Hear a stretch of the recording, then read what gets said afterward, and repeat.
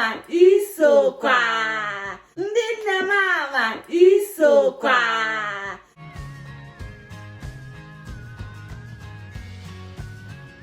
Happy Mother's Day. Today bụ Uka Nne. Onye bụ nne m, mụ bụ nne onye. 3 generations. Keke siriku generation mommy. Agba nke ịtọ. Hey, agba nke ịtọ. Agba izizi, agba ebua, agba ịtọ. Ọgbalụkwa na-aga ịghọtago. So today is Mother's Day. In English, Igbo. In Igbo, we call it Uka Nne. Uka Nne. Because usually it's on a Sunday that is celebrated in church. There's organization, there's eating, dancing, mothers are happy. So today we are celebrating this mother and this mother. Yes, I'm a new mom. You can see my baby. My grandchild. So Ona Nne. Nwa. Nwa. Now nne nwa. Nne grandmother. Nne mother. Nwa child. Nne grandmother. Nne mother. Nwa child. So we're going to sing some songs for you today to celebrate Uka Nne n'Igbo. Ngwa, mommy. Nemo.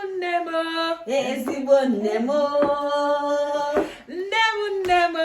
Ezigbo nemo ma. Nemo. Ezigbo nemo. Chukwu biko gozie nne m nye ya ọganihu.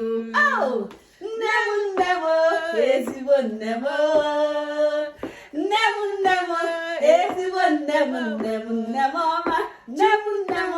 Ezigbo nemo. Chukwu biko gozie nne m nye ya ọganihu.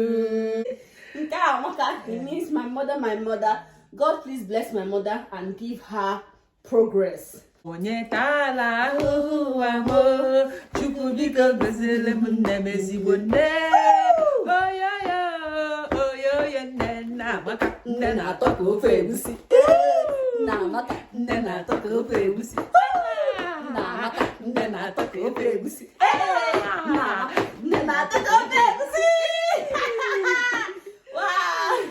nne na-atọ ka ofe egusi. Yes, na-atọ. Yes. Chukwu goziele anyị nne. Chukwu gozie ochie dike mama. Na gozie nne m ochie dike nne m. Chineke gozie ochie dike mama m. Chukwu gozie nne m ochie dike nne m.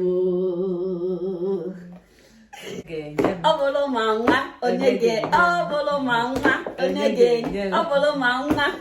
ọgụta akpa rice, gụta akpa beans. Ọ bụrụ ma nwa golu ụmụ ụlọ, golu ụmụ moto. Ọ bụrụ ma nwa onye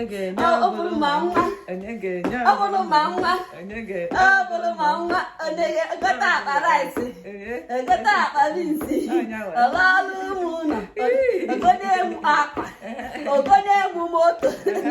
Ọ bụrụ ma nwa Onye ga-enye ọ bụrụ ma nwa Onye ga-enye ọ bụrụ ma nwa Onye ga-enye ọ bụrụ ma nwa Onye ga-enye ọ bụrụ ma nwa Onye ga-enye ọ bụrụ ma nwa Onye ga-enye ọ bụrụ ma nwa Onye ga-enye ọ bụrụ ma nwa. Onye ga-enye Nne na-atọ ka ofe egusi. Yes. Wow. Nne na-atọ ka ofe egusi. Yes. Na-atọ. Yes. Chukwu goziere anyị nne anyị. Yes. Goziere anyị ụmụ anyị. He say, ọ bụrụ ma nwa means if it's not my child, who will give me? Nne na-atọ ka ofe egusi means that the mother is sweet like egusi soup. You're looking at a few things that you call mother in Igbo. Example, nne, nneoma, Ezigbo nne. ezigbo nne. Some people say ezinne, mama. Igbo people say mama for grandmother, mama nnukwu nne, nnukwu nne, nne nne. mama, Nne. So today I'm appreciating my mother for being a wonderful mother, for teaching me Igbo language. I want to also teach my daughter Igbo language. Mommy can end the Igbotic channel. Igbotic channel funo. Thank you so much for watching this Mother's Day video. God,